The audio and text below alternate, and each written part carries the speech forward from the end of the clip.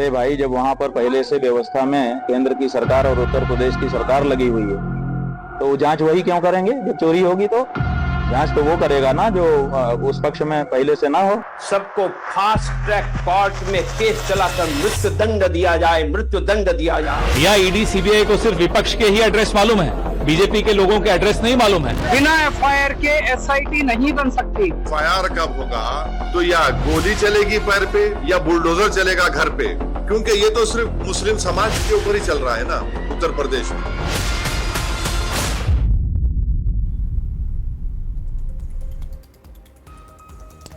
नमस्कार, मैं शेखर त्रिवेदी।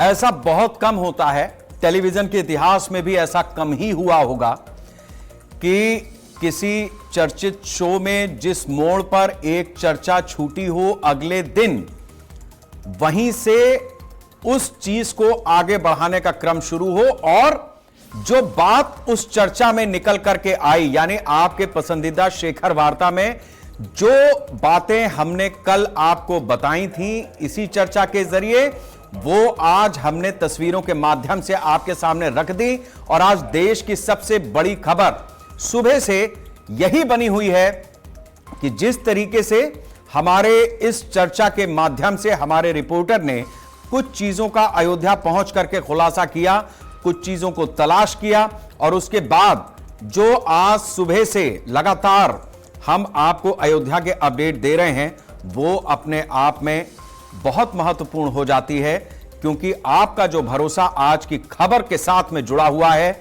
वो और ज्यादा मजबूत होता हुआ दिखाई देता है और हमारी जिम्मेदारी का एहसास भी हमें कराता है। नमस्कार, मैं शेखर त्रिवेदी। जिस रोमांचक मोड़ और महत्वपूर्ण मोड़ पर कल शेखर वार्ता हमने छोड़ी थी, आज वहीं से हम इस चर्चा को आगे बढ़ाने जा रहे हैं।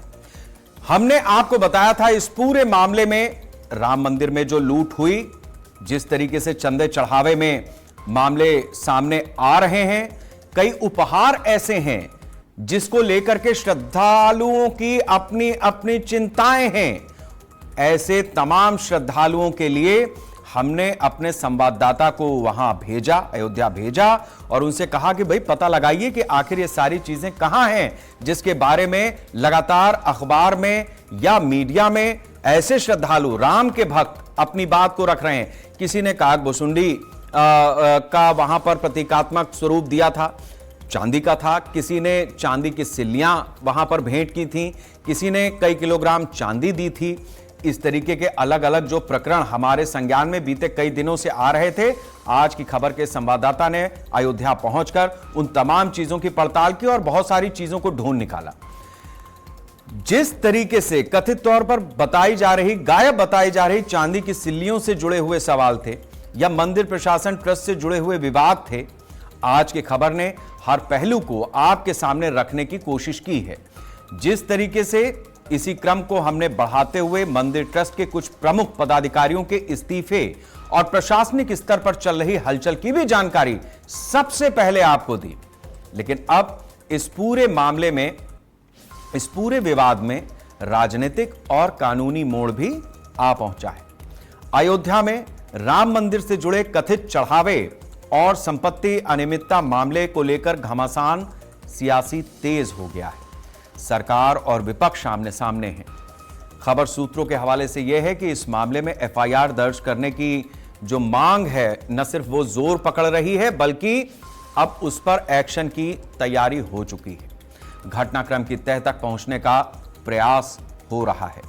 इस मुद्दे पर विश्व हिंदू परिषद का रुख भी काफी स्पष्ट और सख्त नजर आया है। संगठन के अंतर्राष्ट्रीय अध्यक्ष आलोक कुमार ने मांग की है कि इस मामले में विधिवत एफआईआर दर्ज की जाए ताकि जांच की प्रक्रिया मजबूत हो और कानूनी मजबूती उसे मिल सके। उन्होंने यह भी कहा है कि अगर किसी भी स्तर पर अनियमितता या गड़बड़ी हुई है तो दोषियों के खिलाफ कार्रवाई होनी चाहिए। मामला फास्ट ट्रैक कोर्ट में चले ताकि जल्द सुनवाई हो, मामले का जल्द निपटारा हो। 4 महीने के भीतर उनको अपेक्षा है कि जो भी दोषी हैं वो सलाखों के पीछे पहुंच जाए। इस मामले की जांच विशेष दल यानी एसआईटी द्वारा की जाए। हालांकि विपक्ष एसआईटी की जांच प्रक्रिया पर भी सवाल उठा रहा है। विपक्षी दलों का कहना है कि बिना एफआईआर दर्ज हुए जांच की प्रभावशीलता पर सवाल खड़े हो सकते हैं। इस बीच आम आदमी पार्टी के राष्ट्रीय संयोजक अरविंद केजरीवाल गुरुवार को लखनऊ पहुंचे। यहां उन्होंने प्रेस वार्ता की और तीखी प्रतिक्रिया दी। उन्होंने सवाल उठाया कि अगर मामला इतना गंभीर है तो अब तक एफआईआर क्यों नहीं दर्ज हुई। साथ ही उन्होंने एसआईटी की जांच प्रक्रिया को लेकर के भी अपनी शंकाएं व्यक्त की। केजरीवाल ने आरोप लगाया कि मंदिर से जुड़ी कई मूल्यवान वस्तुओं और चढ़ावे को लेकर गंभीर सवाल खड़े हुए हैं। इन सभी आरोपों की निष्पक्ष और पारदर्शी जांच होनी चाहिए। उन्होंने कहा कि इस पूरे घटनाक्रम से करोड़ों श्रद्धालुओं की भावनाएं जुड़ी हुई हैं, इसलिए हर तथ्य का सामने आना जरूरी है, स्पष्ट जवाब जरूरी है। उन्होंने कहा कि अयोध्या जाकर रामलला के वो दर्शन करेंगे, हनुमानगढ़ी जाएंगे और संत समाज से मुलाकात करके उनका भी पक्ष जानेंगे। अब सबसे बड़ा सवाल यही है कि क्या इस मामले में एफआईआर दर्ज होगी, एसआईटी की जांच से कितने सवालों के जवाब मिले, आगे किन सवालों के जवाब तलाशने बाकी हैं, आरोप प्रत्यारोप से बढ़कर के तथ्य किस तरीके से सामने आएंगे, और सबसे महत्वपूर्ण, करोड़ों श्रद्धालुओं के मन में जो सवाल उठ रहे हैं क्या उनका संतोषजनक उत्तर मिल पाएगा। ऐसे तमाम सवालों पर आज हम इस चर्चा में जवाब तलाशने की कोशिश करेंगे। लेकिन सबसे पहले इस चर्चा में महत्वपूर्ण बयानों से भी पहले हमने आपसे जो वादा किया था कि हम आपको वो तस्वीर दिखाएंगे। कल जब हमारे संवाददाता इसी समय बता रहे थे तब उनके पास प्राथमिक जानकारी आ गई थी, उनके पास एविडेंस के लिए फोटो नहीं आ पाई थी। सबसे पहले हम आपको वो कागभूषुंडी की फोटो दिखाते हैं, तस्वीर दिखाते हैं जो अयोध्या में बिल्कुल सुरक्षित है और किसी भी तरह की कोई उसमें कोताही नहीं है। ये आप देखिए, ये बक्से हैं और इसमें जो चांदी की सिल्लियां हैं वो रखी हैं। ये कागभूषुंडी की तस्वीर आप देख सकते हैं जो कारसेवकपुरम में जो मंदिर है, राम दरबार है, वहीं पर इनको विराजमान किया गया है। कागभूषुंडी आपको हम बता दें कि एक ऋषि हुआ करते थे और जब रामलला बहुत छोटे से थे उसी समय वो रोटी खा रहे थे या जो खा रहे थे उनके हाथ से वो छीन करके भागे ऋषि और कौवे की तरह भागे।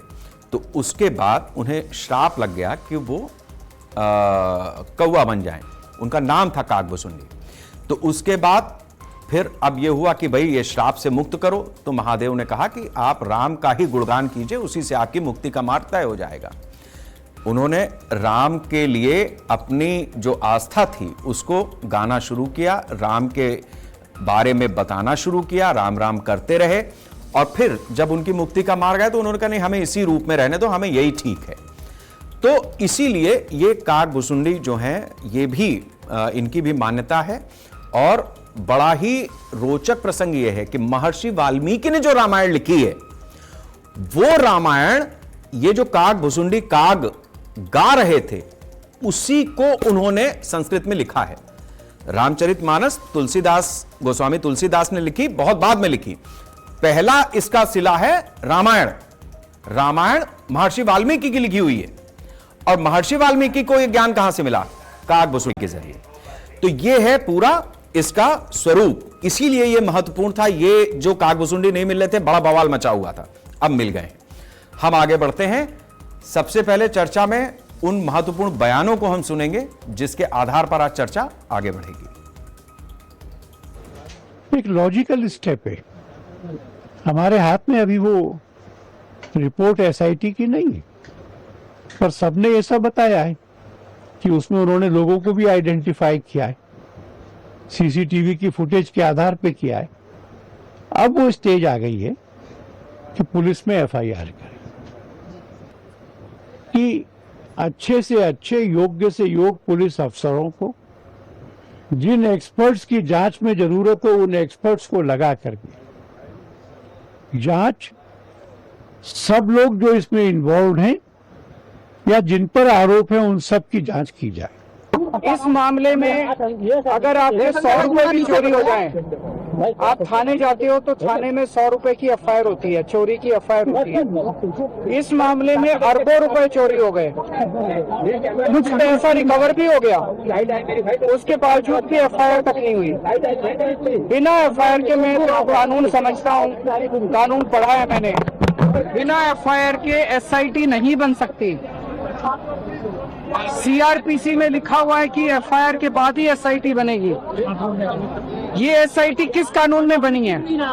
किस कानून की किस धारा में बनी है? कोई कानून नहीं है। पहले से ही हमारे मुख्यमंत्री जी ने उस पर कड़ा कदम उठाया है और एसआईटी का गठन हुआ है और मुख्यमंत्री जी ने कहा कि 10-15 दिन आप लोग रुके, जो भी दोषी पाया जाएगा उस पर सख्त से सख्त कार्रवाई की जाए। मैंने पहले भी कहा कि एसआईटी बैठी हुई है, उसकी अंतरिम रिपोर्ट आई है, पूरा रिपोर्ट आने दीजिए, दूध का दूध पानी का पानी होगा।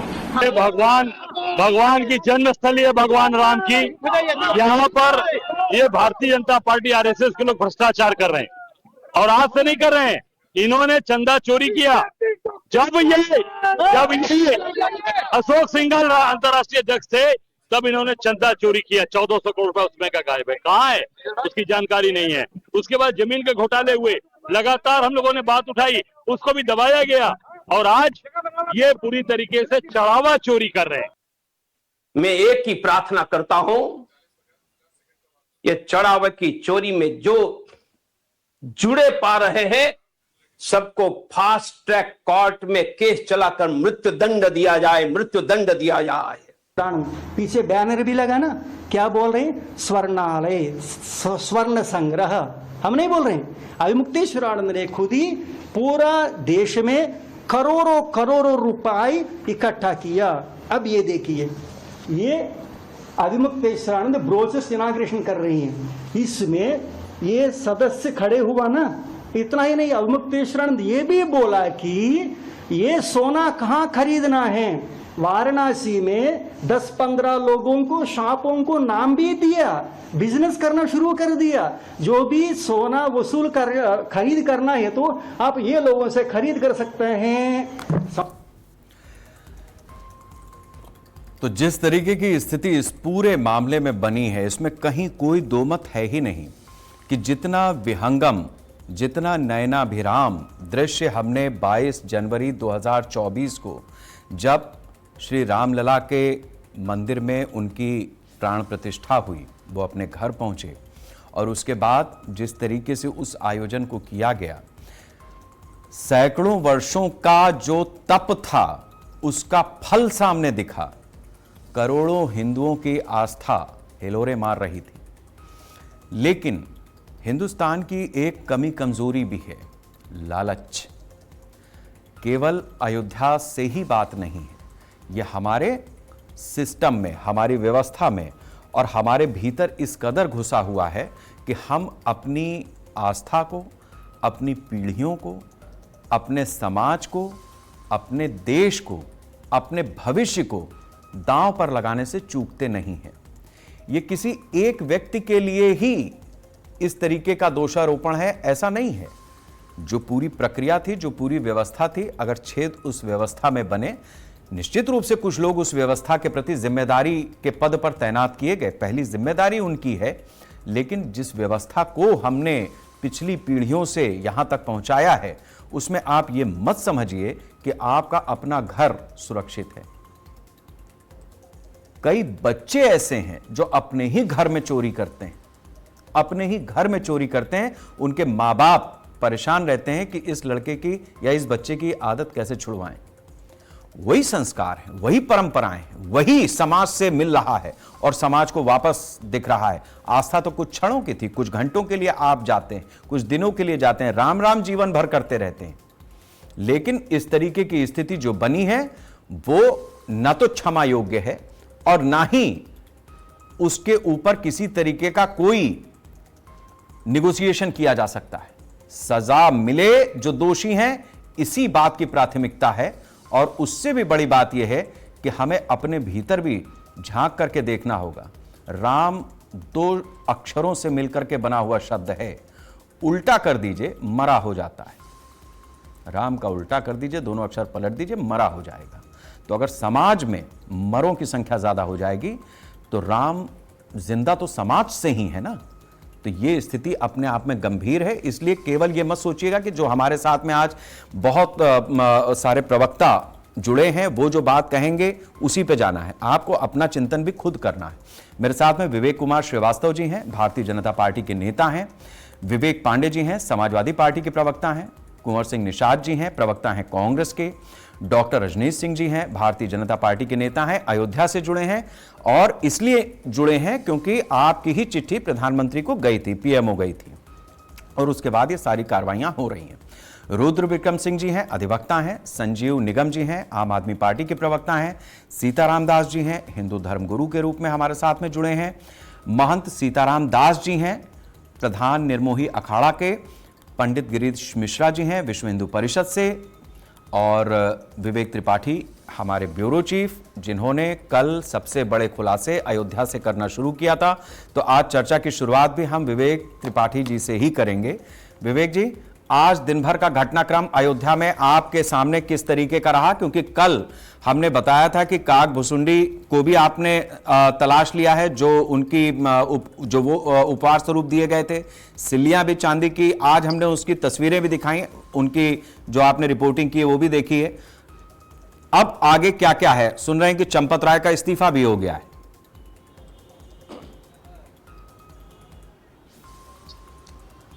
शेखर जी, चंपत राय का इस्तीफा लेने की खबर कल दोपहर की है और हम लोग को रात में पता चली थी कि ऐसा ऐसा हुआ है। आधिकारिक पुष्टि नहीं है, लेकिन जो परिस्थितियां हैं वो इशारा कर रही हैं कि उनसे इस्तीफा ले लिया गया है। दरअसल विश्व हिंदू परिषद के जो राष्ट्रीय महामंत्री हैं, आप अच्छी तरह से जानते होंगे कौन क्या शख्सियत है वो, बजरंग लाल बागड़ा, वो कल यहाँ पर आए थे और आज से विश्व हिंदू परिषद की 5 दिवसीय एक बड़ी बैठक होनी थी। पूरे देश भर में विश्व हिंदू परिषद के जो भी संगठन जहाँ जहाँ भी सक्रिय हैं उनके सभी प्रमुख आने थे, विश्व हिंदू परिषद के तमाम बड़े नेता आने थे। लेकिन जब कल बजरंग लाल बागड़ा जी यहाँ पहुँचे हैं, उसके बाद जो माहौल यहाँ पर हुआ है, उसके बाद उन्होंने इस बैठक को स्थगित कर दिया।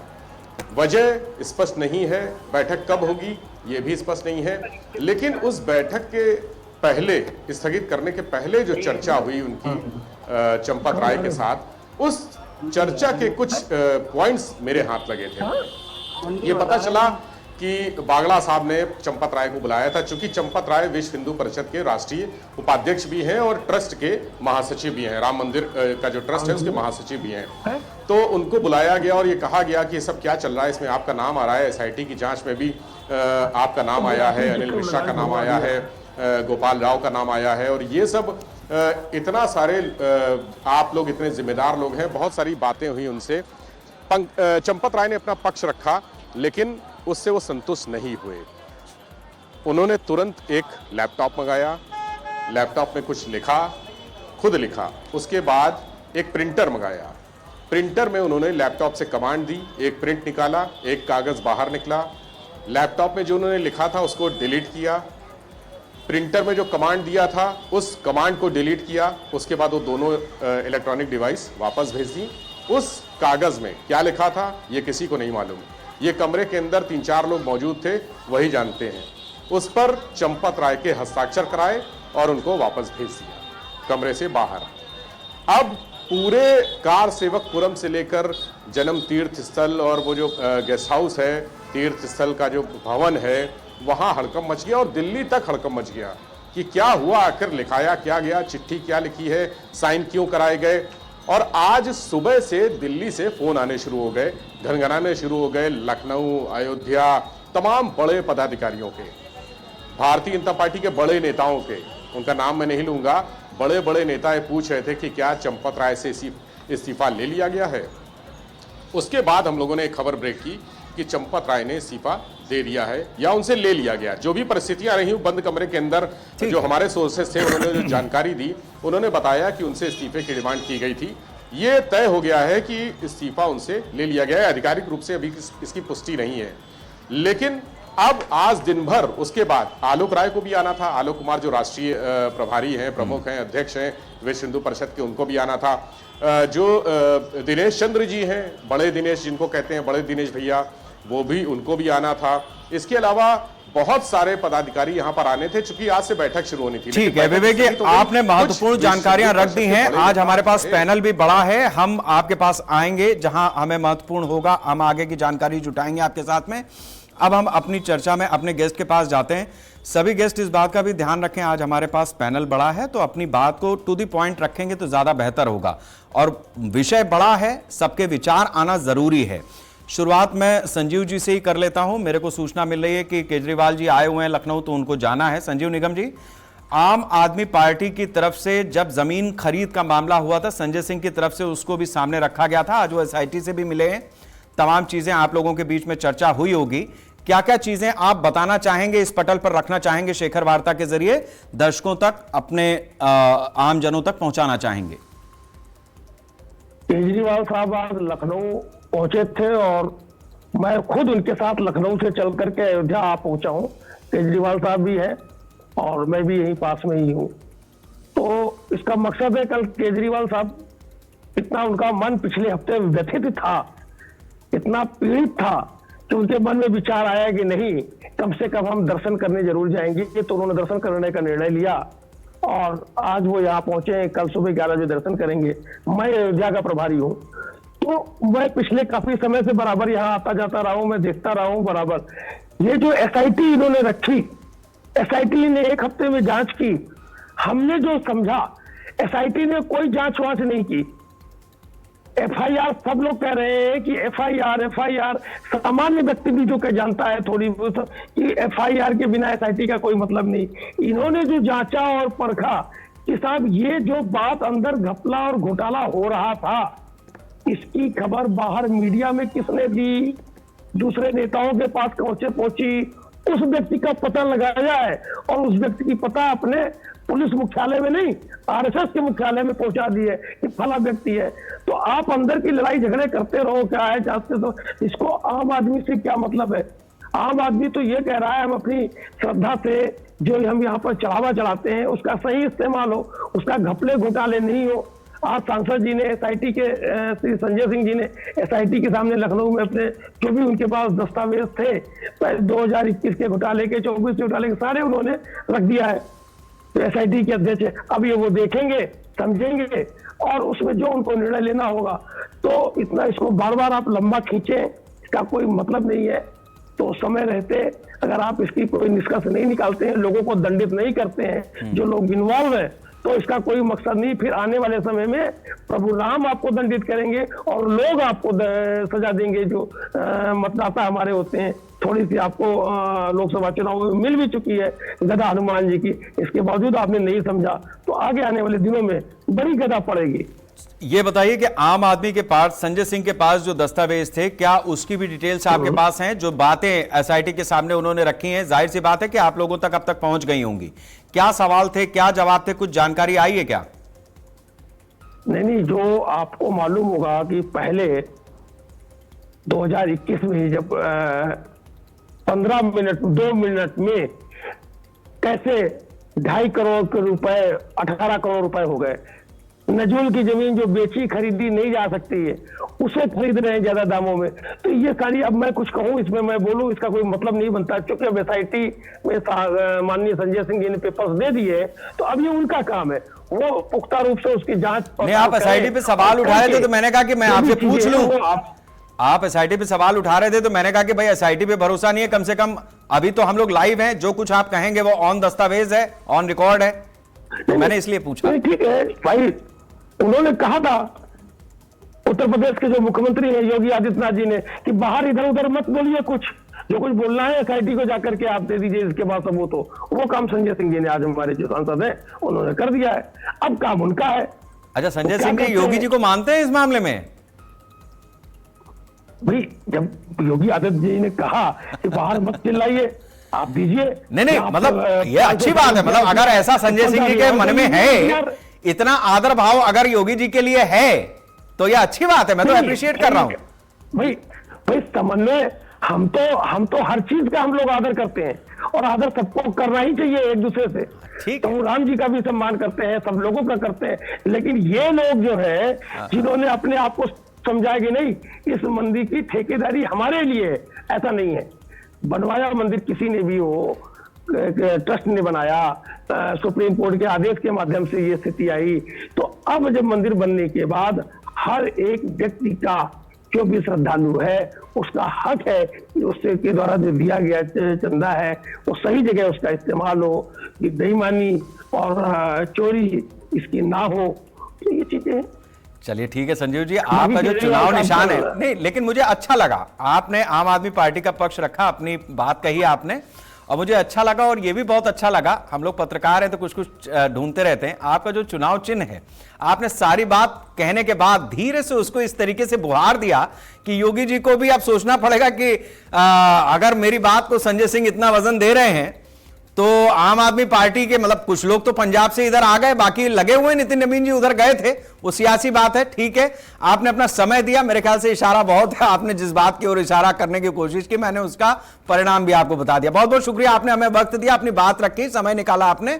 आप करें कार्यक्रम, और हमारे संवाददाता विवेक त्रिपाठी हैं वहां पे, उनको आप केजरीवाल जी से मिलवाएं, कुछ बातचीत करवाएं ताकि खबरें और भी वहां से बड़ी निकलें। ठीक है, मैं विवेक जी को बता देता हूं। विवेक जी, आप मिलिएगा संजीव निगम जी से, वो केजरीवाल जी के साथ में आपका इंटरव्यू लाइन अप कर रहे हैं। शुक्रिया संजीव जी। अब हम आगे बढ़ते हैं, हमारे साथ में महंत सीताराम दास जी हैं निर्मोही अखाड़े से। हम उनके पास चलेंगे और समझेंगे कि निर्मोही अखाड़े की दरअसल राम मंदिर आंदोलन में भी बड़ी भूमिका थी, और जब राम मंदिर निर्माण शुरू हुआ तब से लेकर के अब तक इस पूरे प्रकरण में निर्मोही अखाड़े की अपनी एक भूमिका है। मान जी, मैं आपसे समझना चाहूंगा कि जिस तरीके के आपके अखाड़े की तरफ से भूमिका रही है और आज जो कुछ सामने आया है, अनभिज्ञ तो नहीं होंगे, बहुत सारा आपके पास भी ऐसा कहने सुनने को होगा। आज ये मंच है, आप अपनी बात रखें। बहुत बहुत धन्यवाद शेखर जी।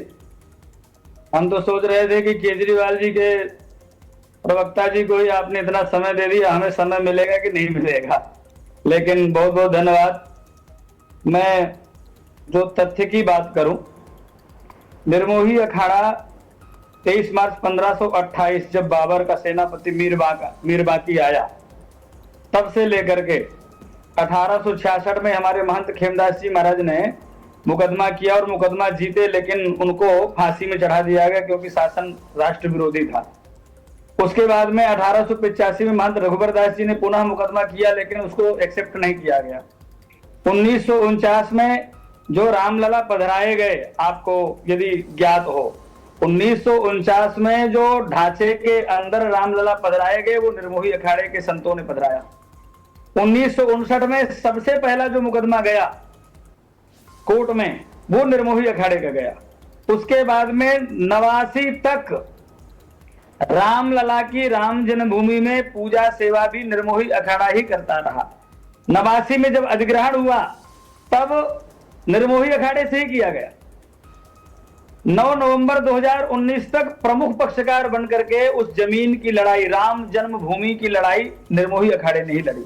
और विशेष बात, एक बहुत महत्वपूर्ण बात मैं बता रहा हूं कि सुप्रीम कोर्ट ने अपने आर्डर में सिर्फ और सिर्फ निर्मोही अखाड़े का नाम लिया कि निर्मोही अखाड़े के संघर्ष को भुलाया नहीं जा सकता है, अतः निर्मोही अखाड़े को उस ट्रस्ट में पर्याप्त और उचित सम्मानित स्थान अवश्य दिया जाए। एकमात्र निर्मोही अखाड़े का नाम लिया सुप्रीम कोर्ट ने। पैरा नंबर 804 805 पढ़ें आप उस जजमेंट का। बिल्कुल। लेकिन शेखर जी, दुर्भाग्य की बात यह है कि चोरी की प्लानिंग ट्रस्ट बनाने के पहले ही हो गई थी। अच्छा। जब ट्रस्ट बन रहा था तभी से चोरी करने की प्लानिंग शुरू हो गई थी। निर्मोही अखाड़े को ट्रस्ट में रखना चाहिए, लेकिन इन्होंने क्या किया कि अपने मन से किसी महात्मा को रख लिया। निर्मोही अखाड़े को रखने की प्रक्रिया क्या है? निर्मोही अखाड़े के जो महात्मा हैं, जो सरपंच हैं, उनके पास में जाते और उनसे कहते कि महाराज आप प्रस्ताव डाल करके दीजिए किस साधु को रखना है। लेकिन कोई प्रस्ताव नहीं मांगा गया, किसी अखाड़े के पंच से, सरपंच से, उप सरपंच से किसी से संपर्क नहीं किया गया और अपने मन से महात्मा जी को रख लिया गया। ऐसे महात्मा को रखा गया जो बहुत सीधे हैं, जो कुछ बोल नहीं सकते हैं, कोई विरोध नहीं कर सकते, अपना पक्ष नहीं रख सकते हैं। और एक बात, ट्रस्ट में जो संविधान बनाया गया उसमें निर्मोही अखाड़े के जो सदस्य हैं उनको वोट डालने का भी अधिकार नहीं दिया गया। इतना बड़ा षड्यंत्र किया गया। और उसके बाद में मैं एक बात कहूं, राम जी इनसे प्रसन्न नहीं है। राम जी उसी बात से वहीं से नाराज हो गए जब से इन्होंने ट्रस्ट बनाया। ट्रस्ट बनाने के बाद में भगवान को पधराया इन्होंने, वहां पर भव्य मंदिर बन गया। इस बात से हम लोग प्रसन्न थे, हमने तभी लेकिन किंतु परंतु इसलिए नहीं किया। आप लोग कहेंगे क्यों नहीं किया? क्योंकि हम सोचते थे कि भगवान अपने मंदिर पर बैठ जाए, भगवान का भव्य मंदिर बैठ जाए। इसीलिए हमारे पूर्वजों ने संघर्ष किया था। राम जी अपने मंदिर पर विराजमान हो रहे हैं, उनका मंदिर बन रहा है, हमारे लिए यही पर्याप्त है। हम लोगों ने कोई प्रतिक्रिया नहीं की। लेकिन राम जी तो प्रतिक्रिया करेंगे, प्रतिष्ठा में कोई महत्व निर्मोही अखाड़े को नहीं दिया गया। मैं तो कहूंगा जो 500 वर्ष का प्रधान संघर्ष निर्मोही अखाड़े ने किया, निर्मोही अखाड़े के संत के हाथ से ही प्रतिष्ठा होनी थी। लेकिन मोदी जी को हर बात का श्रेय लेना है, उन्हें राम जी से भी बड़ा भगवान बनना है, इसलिए वो प्रतिष्ठा में गए। लेकिन राम जी प्रसन्न नहीं हुए। 24 में इन्होंने भगवान की प्रतिष्ठा अनैतिक रूप से की, उसका परिणाम हुआ कि 24 में राम जी ने अपनी अयोध्या से इन्हें बाहर कर दिया, अयोध्या में ही हराया। लेकिन ये चेतावनी थी राम जी की कि भैया अभी सुधर जाओ, लेकिन नहीं सुधरे ये तो चोरी में लग गए। और चोरी करते करते स्थिति ये बनी कि राम जी ने आज उजागर कर दिया और सारी बातें सामने आ गई। और मैं अभी भी आपके चैनल के माध्यम से, आपके माध्यम से, विश्व हिंदू परिषद के प्रवक्ता यहाँ पर बैठे हैं, भाजपा के लोग भी बैठे हैं, मैं हाथ जोड़ करके प्रार्थना करता हूं, आप लोग राष्ट्र का कार्य कर रहे हैं। हम लोगों ने सबने कांग्रेस का विरोध करके, सपा बसपा आदि का विरोध करके आप लोगों को लाए हैं कि आप लोग राष्ट्र का काम करेंगे, हिंदुत्व का कार्य करेंगे, गौ माता का काम करेंगे, यूसीसी लाएंगे, आदि आदि। ये सारी बातों को सोच करके हम सारे साधु संतों ने आपको लेकर के आए।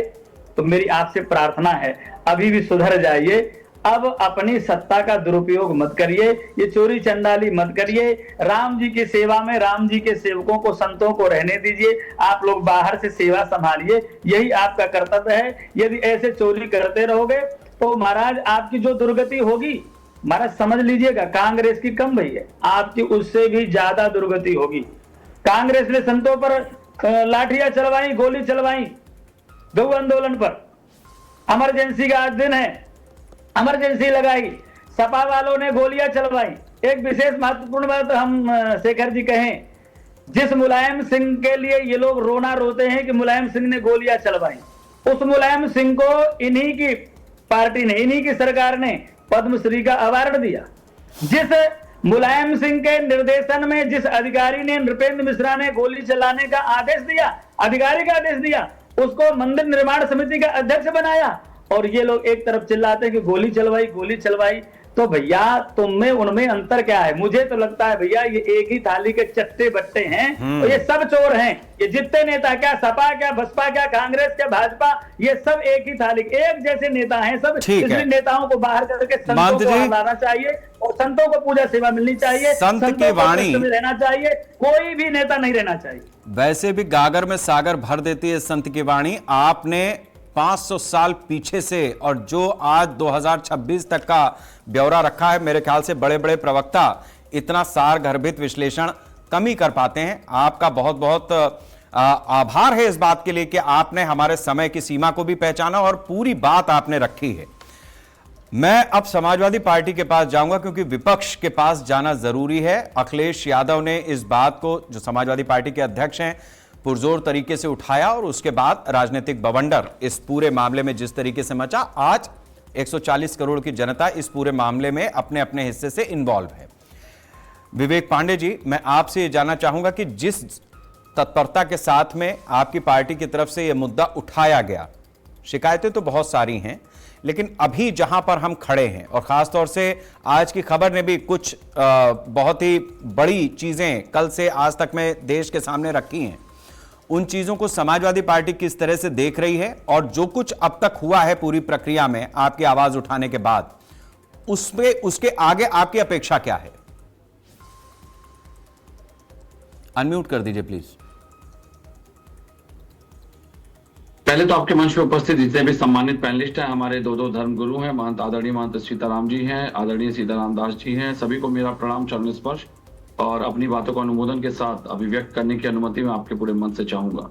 वास्तविकता यह है कि देखिए, समाजवादी पार्टी ने विपक्ष में रह करके जिस मुद्दे को उठाने का और जिस अलग को जगाने का काम किया है, मुझे लगता है कि ये कहीं ना कहीं ईश्वरीय चेतना, ईश्वरीय प्रेरणा ही है। चूंकि केदारेश्वर महादेव मंदिर के बनाने के निर्माण के संकल्प के बाद से समाजवादी पार्टी जिस तरह से सनातन की दिशा में सनातन की भूमिका का निर्वहन कर रही है अपनी दायित्वों का, मुझे लगता है कि इस बात का कहीं ना कहीं हमारे गुरुजनों का, हमारे आदिदेव जगत गुरु शंकराचार्य भगवानों का, सनातन के पीठाधीश व सनातन के जितने भी पुरोधा हैं, सभी का कहीं ना कहीं हम पे आशीर्वाद प्राप्त हो रहा है। और इसी उद्देश्य को आगे बढ़ाते हुए हमने इस भ्रष्टाचार को उजागर करने का कार्य किया। सवाल यह है कि सवाल कौन उठा रहा है? ये सवाल केवल समाजवादी पार्टी नहीं उठा रही है, ये सवाल वो संत उठा रहे हैं जिन्होंने समर्पण किया, वो कारसेवक उठा रहे हैं जिन्होंने निष्ठा और त्याग और बलिदान किया, बीजेपी के आंतरिक खेमे से वो सभी राम भक्त उठा रहे हैं जिनकी भावनाएं आहत हुई, लेकिन क्या इन सभी की बातों को एक पक्ष रूप में स्वीकार किया गया? नहीं किया गया। कैसे नहीं किया गया? बातों बातों पे, छोटी छोटी बात पे, ट्वीट पे एफआईआर करने वाली सरकार इंटरनल इन्वेस्टिगेशन टीम बना करके एक खाना पूर्ति करने का माध्यम मात्र बनाती। सबसे बड़ी बात है कि इस जिसको ये एसआईटी बताया जा रहा है, हमारा सवाल क्यों है वो आपके मंच पे आना बहुत जरूरी है क्योंकि समय की बाध्यता भी है। इस एसआईटी को लेकर के सबसे महत्वपूर्ण जो दो सवाल हैं, क्या इस एसआईटी के पास कोई जुडिशियल अथॉरिटी है? क्या ये एसआईटी सीआरपीसी बीएनएसएस की अथॉरिटीज रखती है कि वो किसी को अरेस्ट कर सके, वो किसी को चार्जशीट कर सके, वो किसी को मजिस्ट्रेट के सामने पेश कर सके, वो किसी को गिरफ्तार कर सके, या वो किसी को बयान देने के लिए समन जारी कर सके? ऐसा ये जो इंटरनल इन्वेस्टिगेशन टीम है, इस इंटरनल इन्वेस्टिगेशन टीम के आने के बाद इसकी भूमिका और संदेहास्पद तब हो जाती है जब इसकी जांच के बाद एक आदेश प्रचलित किया जाता है कि अयोध्या न छोड़ने का इसने निर्देश जारी किया और ट्रस्ट के एक बड़े पदाधिकारी कर्नाटक पहुंच जाते हैं संघ के कार्यक्रम में। तो एसआईटी की क्रेडिबिलिटी पे भी सवाल उठ रहे हैं। विवेक जी, आप दो सेकंड रोकूंगा। इस समय बहुत बड़ी खबर आ गई है। बड़ी खबर इस समय अयोध्या से एफआईआर दर्ज हो गई। शेखर वार्ता से ही यह बात आगे बढ़ी थी और फिर एक बार बड़ी खबर है इस देश के लिए। इस समय अयोध्या के राम मंदिर चोरी चढ़ावे मामले में पहली एफआईआर दर्ज हो गई है।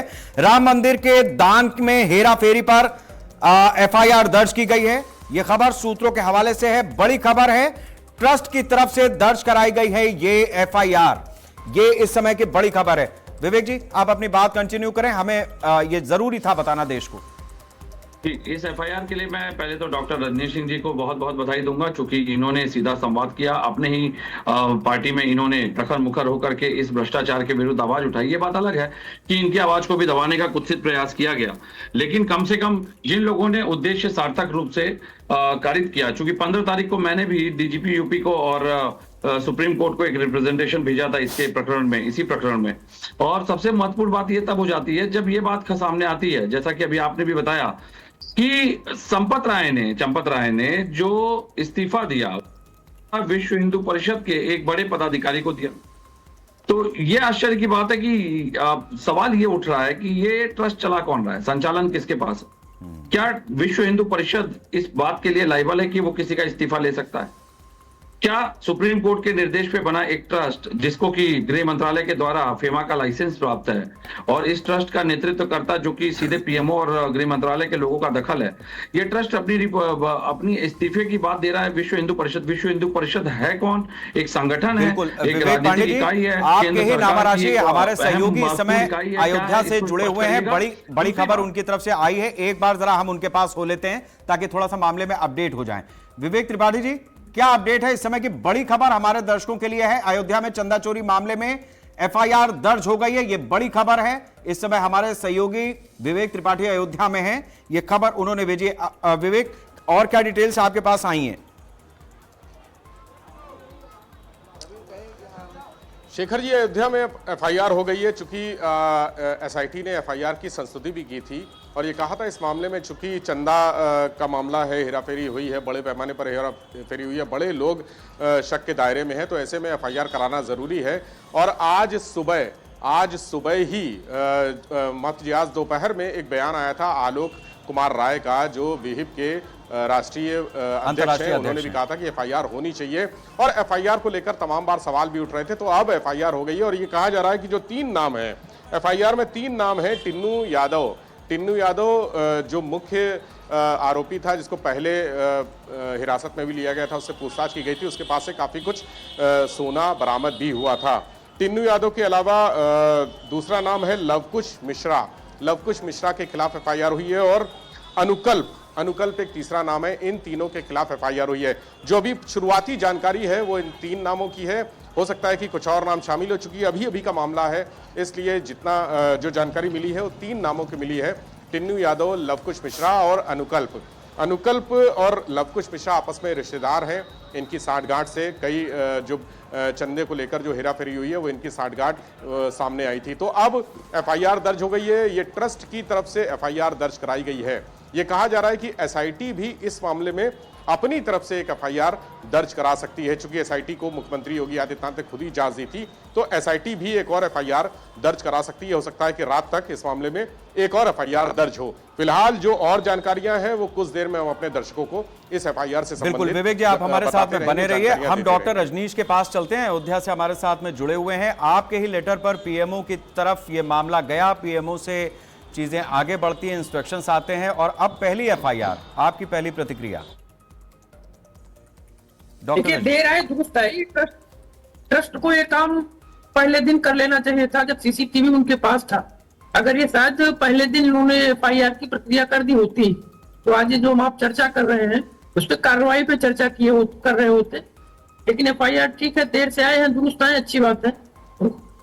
रजनीश जी, आप अयोध्या के ही हैं और जो 3 नाम एफआईआर में हैं, टिन्नू यादव, हम सब जानते हैं कि ये सहयोगी रहा है टिन्नू यादव, समय पे। टिन्नू यादव प्रधान आरोपी नहीं है। मैं आ रहा हूं। टिन्नू यादव प्रधान नहीं है, जो बता रहे हैं ये गलत है। टिन्नू यादव प्रधान आरोपी नहीं है, प्रधान आरोपी चंपत राय है। चंपत राय को प्रधान आरोपी क्यों नहीं बनाया गया? चंपत राय को प्रधान आरोपी बनाना चाहिए। ये एफआईआर कैसे हो गई? एफआईआर जब संतोष दुबे एफआईआर कराने गए थे तो एफआईआर क्यों नहीं हुई? और ये एफआईआर एक क्या कहते हैं, षड्यंत्र है। ये एफआईआर नहीं है, ये धोखा है जनता के साथ में। एफआईआर में चंपत राय को दोषी बनाना चाहिए। चंपत राय ठीक है, मान जी आप रुके, हमारे साथ में बने रहिए। ये बड़ी खबर, ये डिबेट आगे बढ़ाएंगे आज हम समय से। बड़ी खबर इस समय चलाइए। निर्मोही अखाड़े के प्रवक्ता, पंथ प्रधान निर्मोही अखाड़े के सीताराम दास जी ने एफआईआर दर्ज होने के बाद इस एफआईआर को भी इस मामले में षड्यंत्र बताया। ये ब्रेकिंग करिए, बिल्कुल स्क्रीन पे कर दीजिए इसको। ठीक है रजनीश जी, मैं अब ठीक है, महान जी आप रुकिएगा जरा सा, मैं अपना सवाल पूरा कर लेता हूं, इधर जवाब आ जाए। इसके बाद मुझे समय दीजिएगा 1 मिनट का। हाँ मैं आऊंगा, मैं रुद्र जी आपके पास भी आ रहा हूं क्योंकि अब मामला कानूनी हो ही गया है। रजनीश जी, मैं आपसे ये जानना चाहूंगा कि जो 3 नाम आए हैं उनको आप किस तरीके से देख रहे हैं? महान जी ने इसको षड्यंत्र बता दिया है। देखिए, महंत जी की बात से हम स्वयं को संबद्ध कर रहे हैं। ये टिन्नू यादव हो, चाहे अनुकल्प मिश्रा हो, चाहे लोकुश हो, ये जो भी है, ये सिर्फ एक प्रकार से खानसामा है। हजारों टिन्नू यादव राम मंदिर में टहल रहे हैं, हजारों लोकुश मिश्रा मिल जाएंगे। इस लोकुश मिश्रा, टिन्नू यादव तैयार होने में समय नहीं लगता। असली इनके पीछे कौन है, इसकी जांच की जाए और उनको दंड मिले, जिससे ये भविष्य में दोबारा इस प्रकार का कुत्सित प्रयास इतने पवित्र स्थल पे ना हो पाए। इसकी भी जिम्मेदारी सरकार को, प्रशासन को, ट्रस्ट को सुनिश्चित करने होगी कि भविष्य में कोई दूसरा टिन्नू यादव, कोई दूसरा अनुकूल मिश्रा, कोई लवकुश मिश्रा ना पनपने पाए, ना तैयार होने पाए। ऐसी उचित व्यवस्था बनानी पड़ेगी ट्रस्ट को भी और सरकार को भी। ठीक है, ये इस बड़ी खबर के साथ में दूसरी लाइन ये भी जोड़ दीजिए कि अयोध्या से स्थानीय भारतीय जनता पार्टी डॉक्टर रजनीश ने अपनी बात को संबद्ध किया पंथ प्रधान निर्मोही अखाड़ा के बाद से कि ये एफआईआर एक षड्यंत्र है। रुद्र विक्रम सिंह जी, आप बताएं कि ये एफआईआर जो हुई है इसको किस तरीके से हम देखें, समझें, क्योंकि यहां पर दर्ज होने के साथ ही इसको षड्यंत्र भी बताया गया है।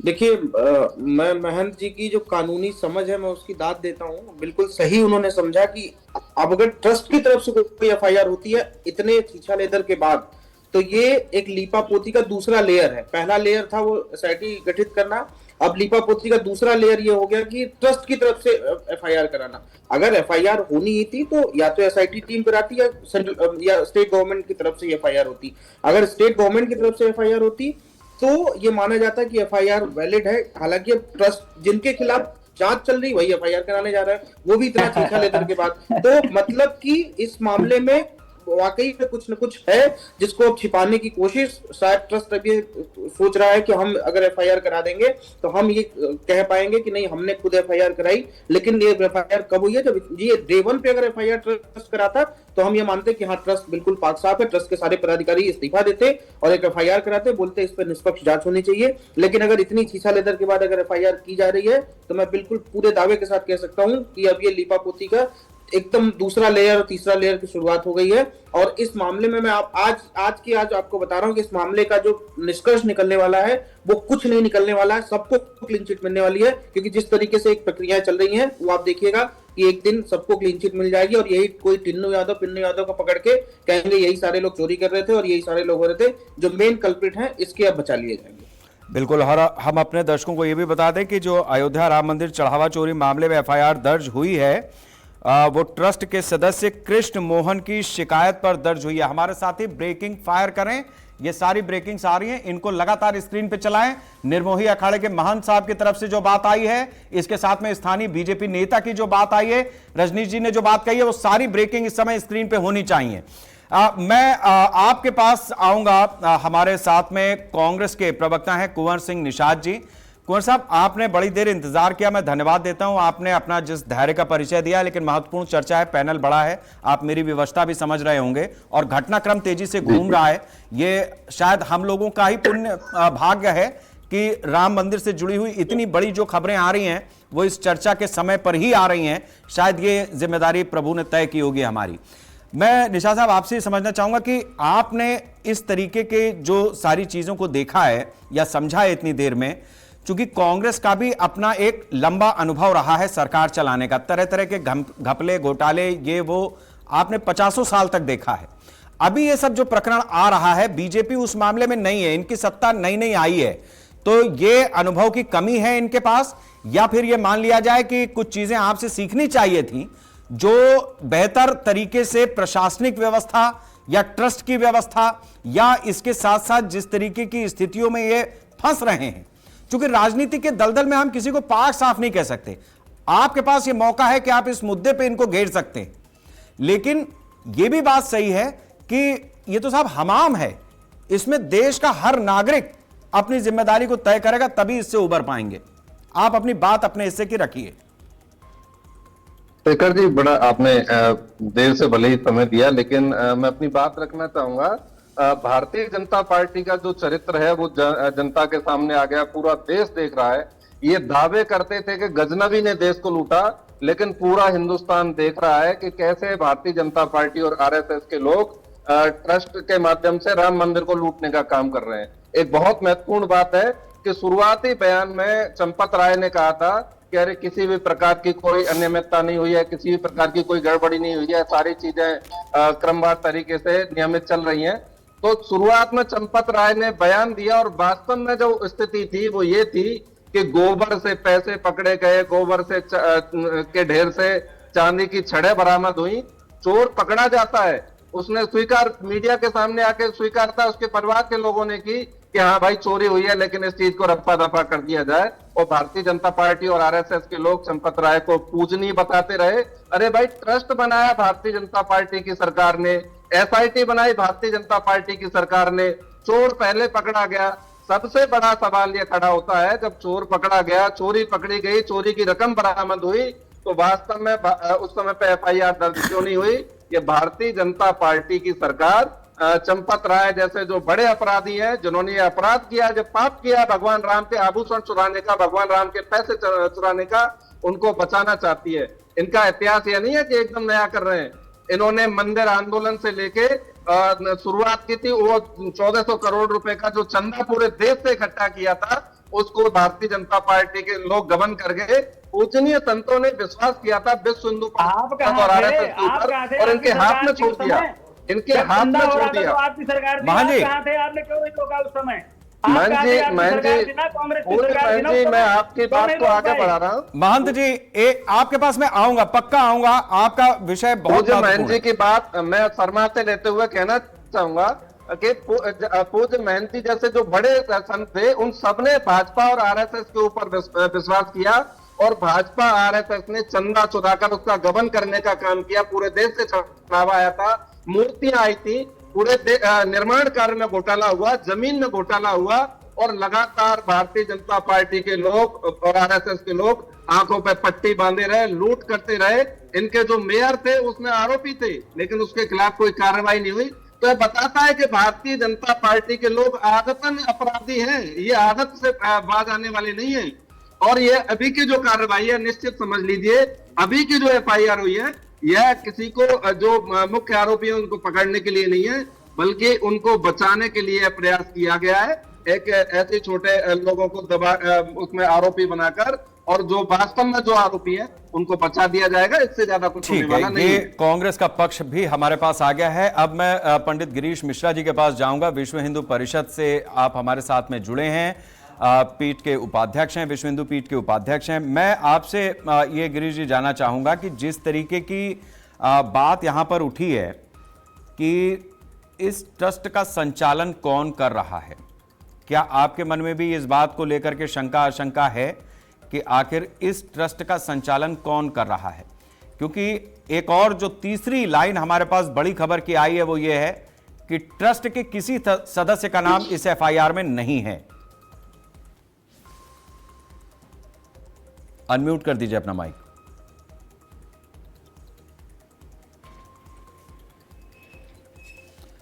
गिरीश जी, आप अपना माइक अनम्यूट कर दीजिए।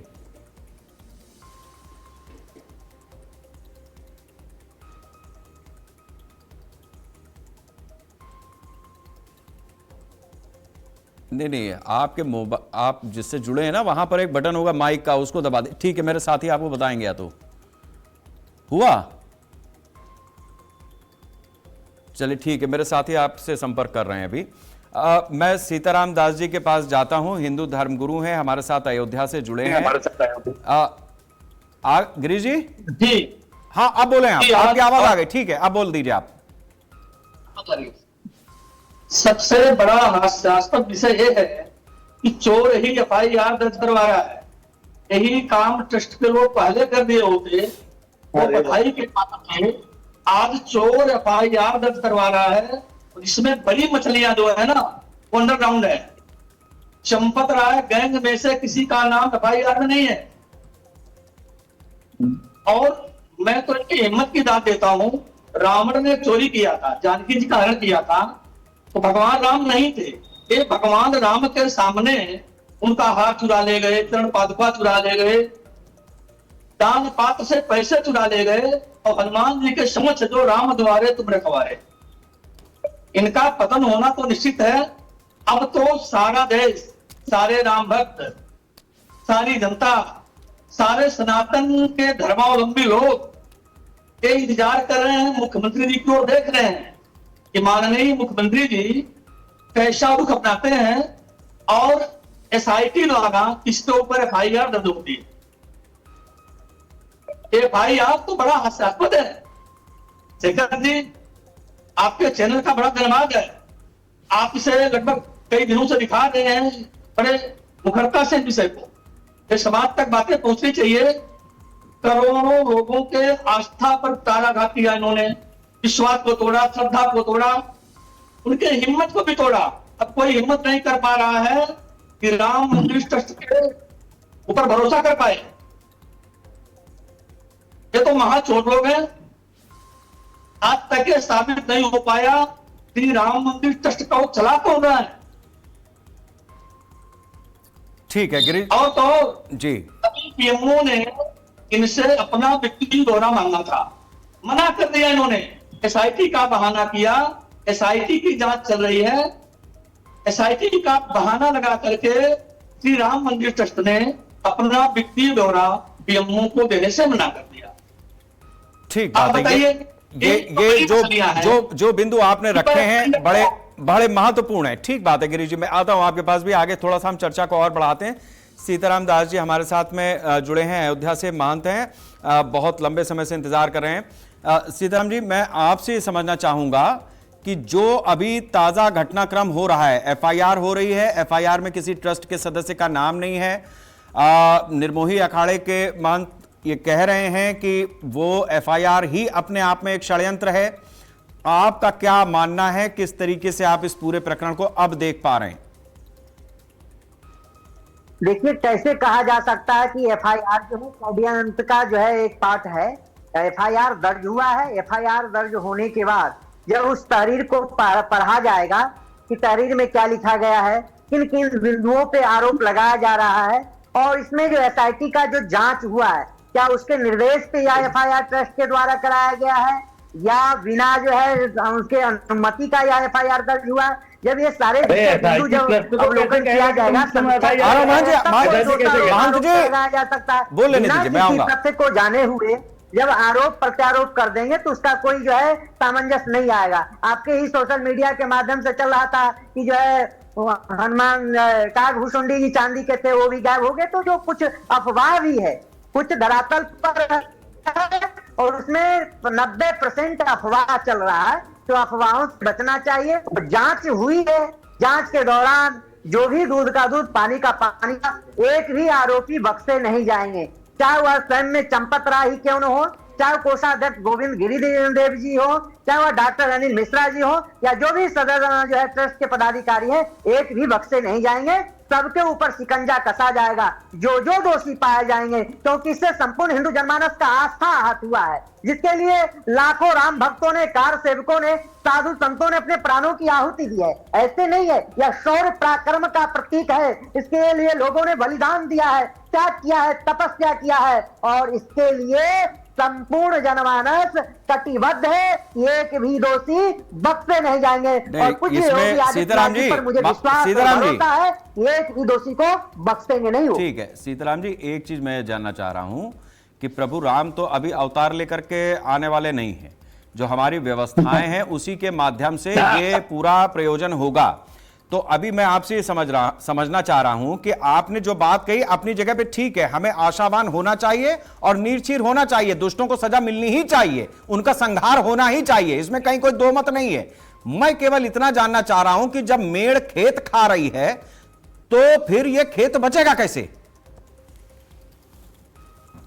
निश्चित रूप से यह जांच का विषय है। जांच के बाद दूध का दूध पानी का हो जाएगा के अनुमोदन पर संवैधानिक है, ट्रस्ट संज्ञान लेकर एफआईआर दर्ज किया है। ये दो विषय बिंदु है ना, तो दोनों को अवलोकन किया जाएगा, समीक्षा किया जाएगा। बिना जो है किसी तथ्य को जाने हुए मैं दोष नहीं लगा सकता हूं। अगर ट्रस्ट जो है स्वयं में एफआईआर दर्ज कराया है तो साजिश का पार्ट है। अगर ट्रस्ट जो है या एसआईटी के अनुमोदन पर, उसके संस्तुति पर, सरकार के जो है आदेश पर एफआईआर करवाया है, तो इसको मैं कैसे साजिश मान सकता हूं? या तो विषय ठीक है, आपने अपनी बात रखी है, किसी प्रकार का आरोप प्रत्यारोप किया जा सकता है। मेरे साथ में विवेक श्रीवास्तव जी भी हैं, भारतीय जनता पार्टी से हैं। बहुत बड़ी जिम्मेदारी विवेक जी अब आपके कंधों पर है, क्योंकि कुछ सवाल ऐसे हैं जिसका जवाब बीजेपी को देना पड़ेगा इस चर्चा में। आज हम सारे पैनलिस्ट के पास से घूमते हुए आपके पास पहुंचे हैं। एक तो यह है कि जो बात इस एसआईटी को बनाने में कही गई है, सभी लोगों का एक कॉमन सवाल है कि इसकी जो जुडिशियल अथॉरिटी है वो किस तरीके की है, मतलब इसके ये दंतहीन है, सबका कहना यह है। दूसरी चीज यह है कि एफआईआर एसआईटी ने जब कहा कि दर्ज होनी चाहिए तो ट्रस्ट दर्ज करा रहा है। और तीसरी बड़ी चीज यह है कि ये ट्रस्ट का असली संचालक है कौन, क्योंकि चाहे वो चंपत राय महासचिव हो, उसके बाद के जो पदाधिकारी हैं उस सब तो जांच के घेरे में हैं। उन्हीं ट्रस्ट के एक पदाधिकारी कृष्ण मोहन जाकर के एफआईआर करा देते हैं। तो अब सवाल यह है कि ये तो गोल गोल गोला बन गया, तू मेरे पीछे मैं तेरे पीछे, ये चल क्या रहा है?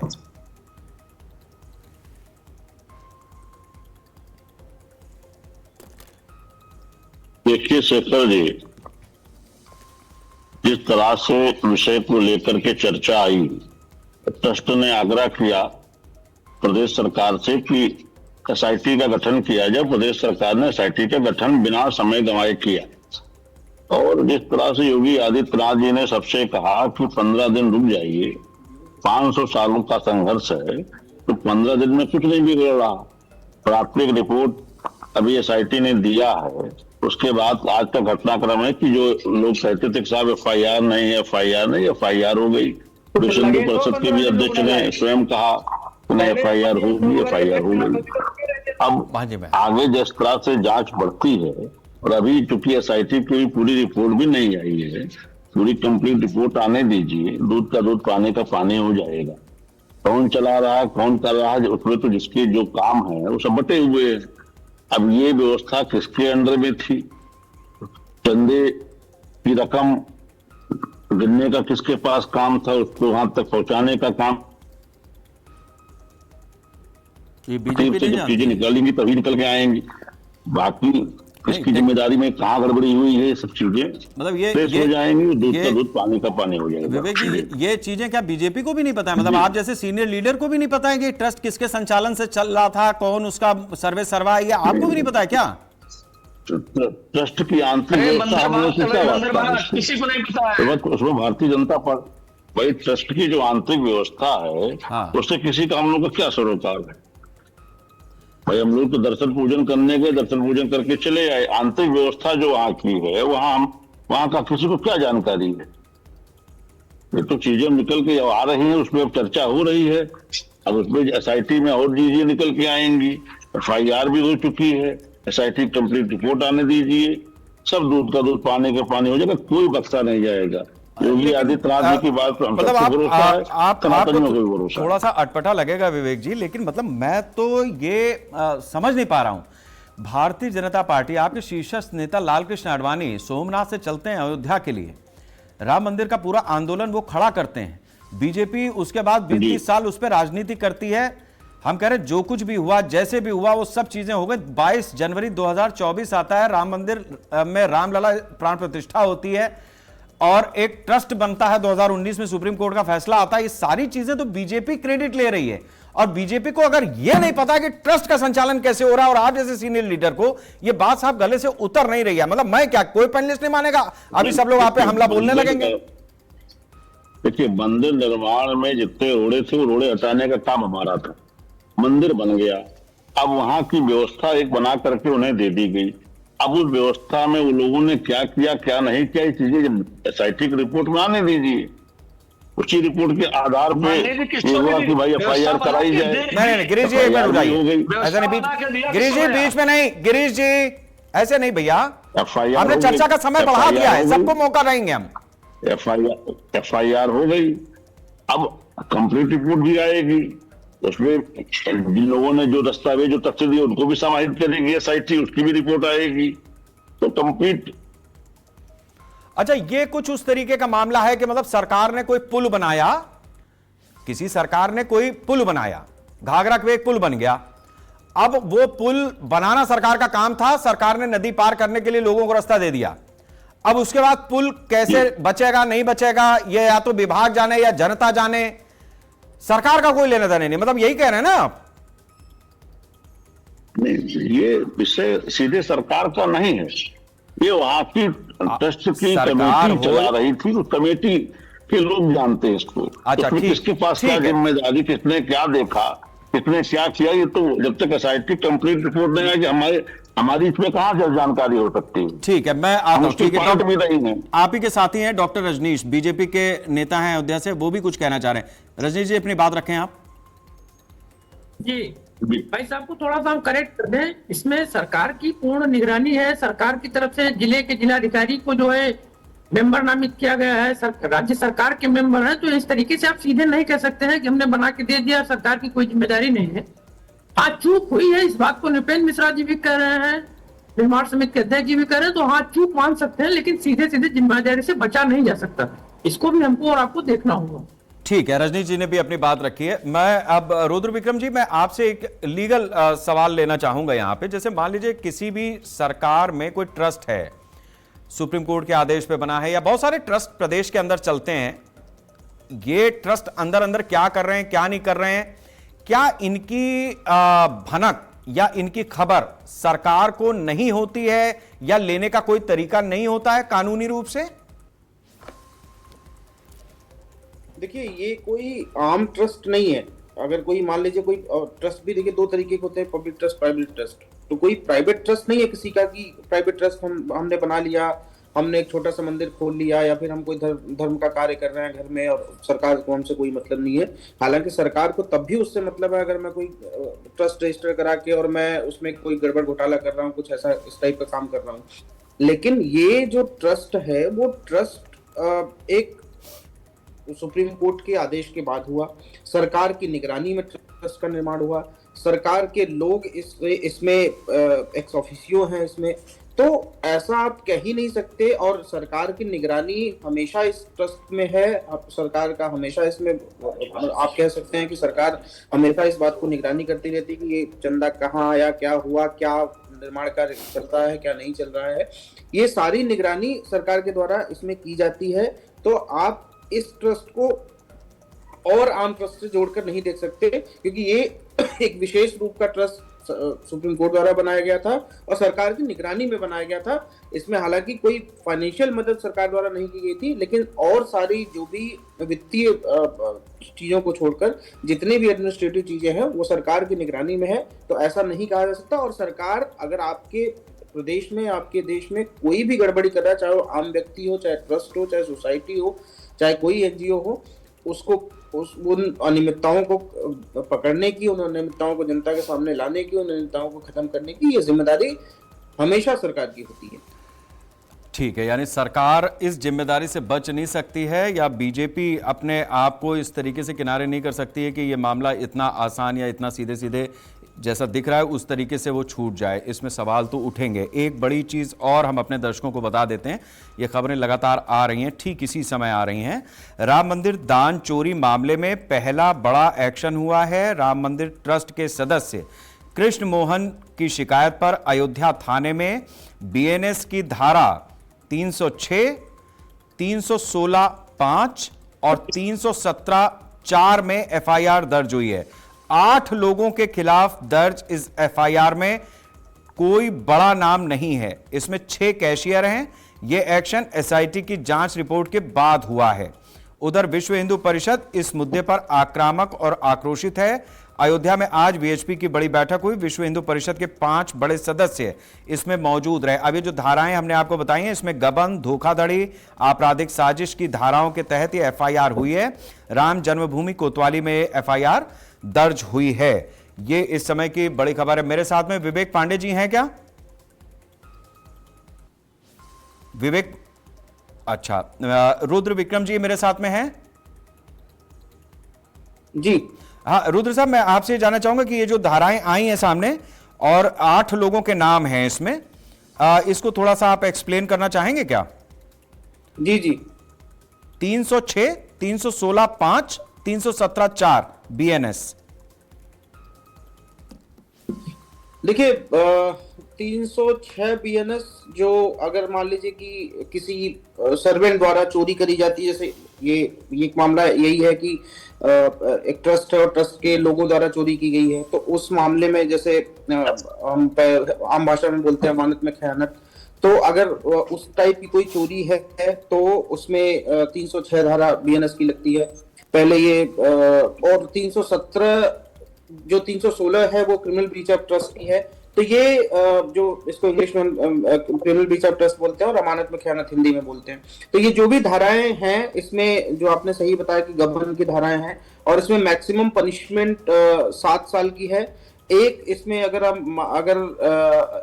एड ऑन हो जाता है, अगर 10 वर्ष की सजा है, अगर ये आपको ये पता है कि ये कोई डकैती का सामान है और डकैती का सामान या डकैती का पैसा हम कहीं और यूज करें, तो ये इसमें इस मामले में तो है नहीं। इस मामले में सिंपली ऐसा है कि आप मान सकते हैं कि जो मैक्सिमम पनिशमेंट है वो 7 साल की है और जो जिस व्यक्ति को जिम्मेदारी दी जाती है कि आप उसका रखरखाव करेंगे, अगर वही व्यक्ति चोरी करता है तो उनसे संबंधित ये सारे धाराएं इसमें लगाई गई हैं।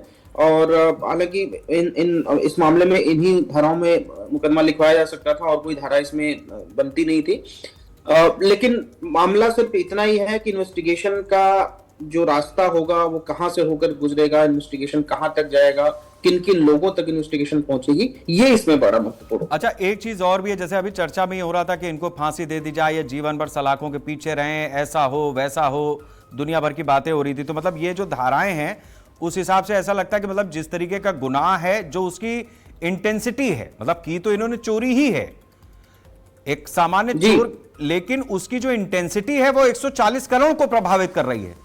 तो ये कहां से एस्टैब्लिश होगा? मतलब जो हमारी पीड़ा है, मतलब शेखर त्रिवेदी की भी है, विवेक त्रिपाठी की भी है, रुद्र जी की भी है, ये पीड़ाएं कहां जाएंगी? क्योंकि राम तो सब देखिए कानून जैसा कि हम फिल्मों में भी देखते हैं और असल में भी यही है कि कानून जो सबूतों पे काम करता है और जो फैक्ट है सिर्फ उन पर चलेगा। अगर चोरी हुई है या कोई क्रिमिनल ब्रीच ऑफ ट्रस्ट हुआ है तो एफआईआर सिर्फ उन्हीं की लिखी जा सकती है। कोई किसी का मर्डर तो हुआ नहीं है, किसी का रेप तो हुआ नहीं है कि वो सजा दी जाए जिससे फांसी की सजा मिल जाए। भावनाएं हम सबकी पीड़ा में है, हम सब पीड़ा में है इस बात को सुनकर, लेकिन भावनाओं से कोर्ट नहीं चलती है, भावनाओं से कानून नहीं चलते हैं। हम सबको ये समझना होगा। हाँ, हो सकता है कि प्रभु श्री राम ऐसे लोगों को दंड दें, वो जो वो कहते हैं ना कि ऊपर वाली की लाठी में आवाज नहीं होती, तो शायद उसकी लाठी की जब आवाज, उस बिना आवाज की जब वो लाठी चलेगी तो इन लोगों को सजा मिलेगी। लेकिन कानूनी रूप से यही धाराएं इन्वोक करी जा सकती थी और इन्हीं धाराओं में एफआईआर लिखी जा सकती है। और अगर इन लोगों पर, जिन लोगों पर भी एफआईआर हुई है, इन लोगों पर अपराध साबित होते हैं और तो इनको जो है ये सजाएं होंगी। और मैं जैसा देख पा रहा हूँ, जो आपने सेक्शन बताया, मैक्सिमम 7 ईयर्स की पनिशमेंट है। जो अरनेस्ट कुमार की जजमेंट है इनको प्रोटेक्ट भी करती है, तो हो सकता है इसमें कोई गिरफ्तारी भी ना हो, सिर्फ पूछताछ हो। अगर 7 साल से ऊपर की कोई धारा होगी इसमें, अगर 2-3 धारा में सुन पाया हूं, तभी अगर 7 साल से ऊपर की धारा, तभी जो अरेस्ट होता है वो मैंडेटरी होता है, अदरवाइज अरेस्ट मैंडेटरी नहीं होता। जो Arnesh Kumar versus state of Bihar की ऑनरेबल सुप्रीम कोर्ट की जजमेंट है। तो अगर 7 साल से नीचे वाली सजाएं मेरे ख्याल से सारी हैं, तो उसमें सिर्फ इनसे पूछताछ होगी और पूछताछ के बाद जो भी इन्वेस्टिगेटिंग एजेंसी है वो चार्जशीट फाइल करेगी जिन अभियुक्तों के खिलाफ। और ऐसा नहीं है कि अगर 7 लोगों के अभियुक्त हैं तो इन्हीं लोगों पर रहेगी, अभियुक्त बढ़ाए भी जा सकते हैं, घटाए भी जा सकते हैं। वो इन्वेस्टिगेटिंग एजेंसी के पास वो पावर होती है कि वो किसी का भी नाम जोड़ सकती है और धाराओं को भी बढ़ाया घटाया जा सकता है। ये इन्वेस्टिगेटिंग एजेंसी के पास पावर होती है। ठीक है, ये बात आपने महत्वपूर्ण कही है कि भगवान की लाठी में आवाज़ नहीं होती, वहाँ सज़ा होती है, लेकिन हमारे यहाँ जो थाने में लाठियाँ पाई जाती हैं उनमें आवाज़ होती है और ठीक ठाक होती है। तो 2-4 अगर आवाज़ें आएँ तो अच्छा रहेगा, कुछ और आवाज़ें भी निकलेंगी। महंत सीताराम दास जी हमारे साथ निर्मोही अखाड़े से जुड़े हुए हैं। लंबे समय के बाद इंतज़ार के बाद हम वापस आपके पास आ रहे हैं। महंत जी, आपने कई प्रसंग यहाँ पर सुने, कई बातें सुनी, कानूनी पहलू को भी हमने जो सामने रख सकते थे वो रखा है। अभी आपका क्या मंतव्य बन रहा है, किस तरीके से चीज़ें होनी चाहिए, आगे आपका मार्गदर्शन क्या है? देखिए, सबसे पहली बात यह है कि जो हमने अभी कहा कि एफआईआर गलत हुई है, जो अभी महात्मा जी कह रहे थे, जो अयोध्या से जुड़े हमारे नाम राशि हैं जी, कि अभी जो एफआईआर हो गई है, एसआईटी को पहले एफआईआर करनी चाहिए, उसके बाद जांच करनी चाहिए, उनको गिरफ्तार करना चाहिए, गिरफ्तार करके जांच करनी चाहिए, लेकिन ये सब नहीं हुआ। अब वही चोर, वही एफआईआर कराने वाले, वही एफआईआर लेने वाले, ये सब नूरा कुश्ती जो चल रही है, इससे क्या होने वाला है? निश्चय रूप से ये समझ में आ गया। हम लोग पहले से कह रहे थे कि किसी न किसी छोटे व्यक्ति को बलि का बकरा बना दिया जाएगा, ये लोग सब बच जाएंगे। लेकिन मैं अच्छी तरह से कह रहा हूं, इस चोरी का मास्टरमाइंड चंपत राय है। मैं आपसे कह रहा हूं, देश में आतंकवादी हमला हुआ, जब पुलवामा का हमला हुआ, अभी जो हमला हुआ था कश्मीर में, उसके बाद में आपने प्रश्न किससे किया? मोदी जी से किया ना, कि आपकी जिम्मेदारी बनती थी, आप क्यों नहीं रक्षा कर पाए? गृह मंत्री जी से पूछा ना। तो जो ट्रस्ट का संचालन कर रहा है, आप पूछ रहे थे बार बार कि ट्रस्ट का संचालन कौन कर रहा है? ट्रस्ट का संचालन चंपत राय पूरी तरह से कर रहा है। उन्होंने छावनी वाले महाराज जी को जैसे अध्यक्ष बनवाया। अब छावनी वाले महाराज जी एकदम बुजुर्ग महापुरुष हैं, वो स्वयं अपने शरीर को नहीं संभाल पा रहे हैं, उन्हें स्वयं किसी चीज की सुध नहीं रहती है, वो क्या ट्रस्ट को चलाएंगे? कोषाध्यक्ष बनाया गोविंद देवगिरी जी को। गोविंद देवगिरी इनके चेला हैं, समझ लो। गोविंद देवगिरी की ये चेला नहीं है, वो इनके चेला हैं। आज तक इतना बड़ा घपला हो गया, कोषाध्यक्ष का एक बयान नहीं आया, कोष में घपला हो रहा है, कोषाध्यक्ष कहाँ है पता ही नहीं है। तो इससे आप क्या अंदाजा लगा सकते हैं? ये पूरी तरह से सोची समझी रणनीति चल रही है और ये पूरे के पूरे पैसे को चुरा करके गप कर जाएंगे और कुछ होने वाला नहीं है, कुछ भी नहीं होगा। इन्हीं की सरकार, यही चोरी करने वाले, यही एफआईआर करने वाले, इन्हीं के पुलिस वाले, इन्हीं के एसआईटी वाले। आखिर इससे क्या होगा? एसआईटी को तब हम मानते जब एसआईटी में कोई सुप्रीम कोर्ट का रिटायर्ड जज ही रख लेते, तो हम मानते कि हाँ निष्पक्ष जांच होगी, लेकिन कुछ भी होने वाला नहीं है। निश्चय ही एक बात मुझे समझ में आ गई है, कमल नयन दास जी का बयान आप लोगों ने सुना होगा, जो छावनी वाले महाराज जी के कृपा पात्र उत्तराधिकारी हैं। उन्होंने कहा था कि पहले ही शुरू में कह दिया था कि क्या जांच होगी, वही जांच करने वाले, वही चोरी करने वाले। तो आज वो बात खुल करके आ गई, सामने आ गई।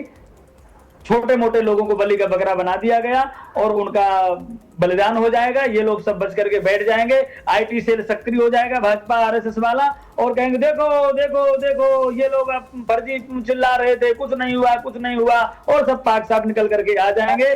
लेकिन मैं फिर कह रहा हूं, जो अभी अधिवक्ता महोदय कह रहे थे कि राम जी के यहाँ जो चोरी करेगा तो हनुमान जी की गदा चटनी बना देगी। ये सुन लीजिए, चंपत राय, अनिल मिश्रा से लेकर के जो बड़े बड़े ऊपर तक, जहां तक दिल्ली तक जो पैसा पहुंच रहा है चोरी का, कोई बचेगा नहीं। राम जी ने 2024 में अयोध्या से बाहर करके संकेत दिया था, ये चोरी का खुलासा, दूसरी नोटिस है, वार्निंग है, चेतावनी है भगवान की, अभी भी नहीं सुधरे तो इनकी दुर्दशा होने वाली है। मैं एक बात जाते जाते कहूंगा, एक बात कह करके विश्राम करूंगा। फिर कह रहा हूं, सुप्रीम कोर्ट की गाइडलाइन का पालन करिए। सुप्रीम कोर्ट ने निर्मोही अखाड़े को कहा था कि उसमें ट्रस्ट में रखा जाए, निर्मोही अखाड़े की उचित मात्रा में लोगों को रखा जाए। जय सिया राम। ठीक है प्रधान साहब, आपने अपनी बात रखी है। मैं आखिर में एक बार फिर से हमारे सहयोगी विवेक त्रिपाठी जी के पास जाऊंगा। विवेक जी, जो ताजा अपडेट हो उसकी अपेक्षा हम आपसे कर रहे हैं। जो ताजा अपडेट इस समय आई हो वो हमारे दर्शकों तक बता दें आप।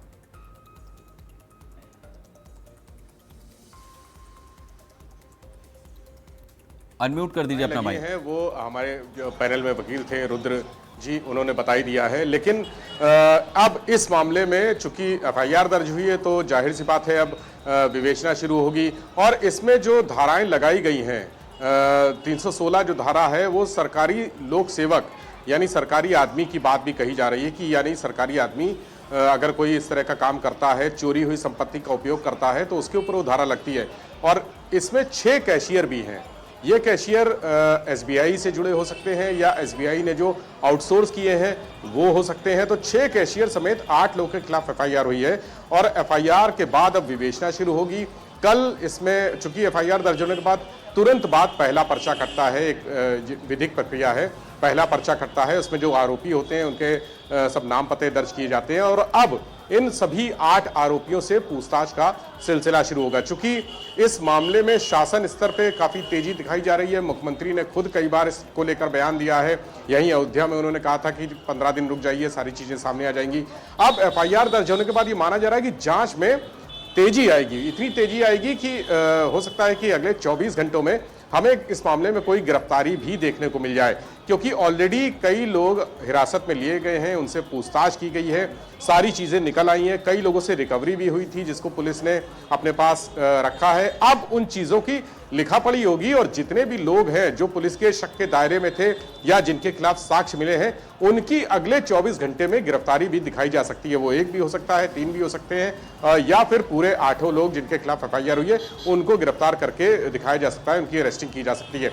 और भी विवेचना में जो भी नाम सामने आएंगे वो भी देखने वाला होगा कि और कौन कौन लोग हैं, क्योंकि इस प्रक्रिया में, गणना की प्रक्रिया में जो सीसीटीवी कैमरे लगे थे उसके माध्यम से, सीसीटीवी फुटेज के माध्यम से देखा गया है कि जहां पर गणना हो रही है और लोग गणना में जो सहयोग कर रहे थे उन्हीं लोगों पर एफआईआर हुई है। यानी जो ट्रस्ट के पदाधिकारी थे जिनके नाम हम लोग ले रहे थे, चंपत राय हो, अनिल मिश्रा हो या गोपाल राय हो, उनको इस मामले से दूर रखा गया है, उनके खिलाफ एफआईआर नहीं है। लेकिन गणना में जो लोग संलिप्त थे उनके खिलाफ कार्रवाई हुई है और बहुत जल्दी इसमें गिरफ्तारी देखने को मिल सकती है।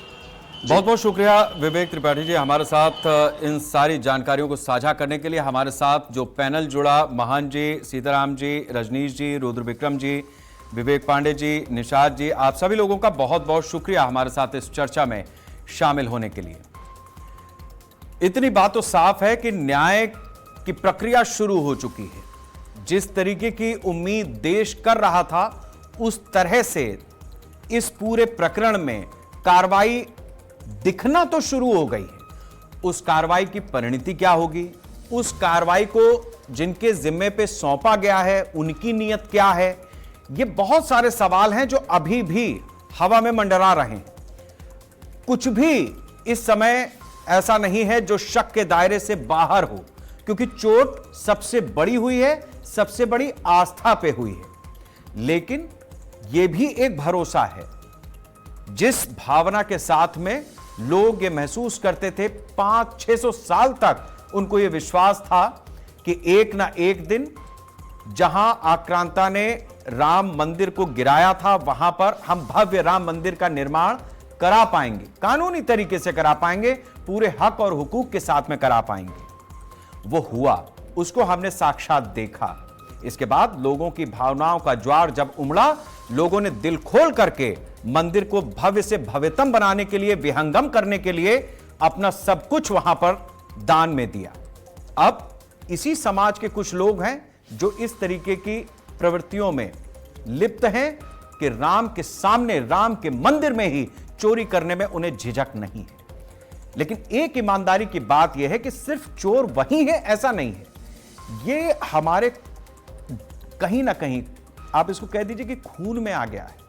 ये चोरी हमें अपने आप में भी रोकनी होगी। इस समय कौन ऐसा व्यक्ति है जो इस चर्चा को देखेगा, सुनेगा और कहेगा नहीं मैं बड़ा पाक साफ हूं? है कोई? नहीं है। जिसके पास कुछ नहीं है वो भी ये बात इस दावे से नहीं कह सकता कि उसने इस तरीके की कोई स्थिति सोची ना हो। सोचना भी अपनी तरीके से, विचार आते हैं। तो जब हमारे विचार की प्रणाली ही दूषित हो चुकी है तो इस तरीके की स्थितियां बनेंगी ही बनेंगी। इसलिए राम का नाम लीजिए तो केवल इसलिए मत लीजिए कि आप संकट में फंसे हैं और वो उबार लें।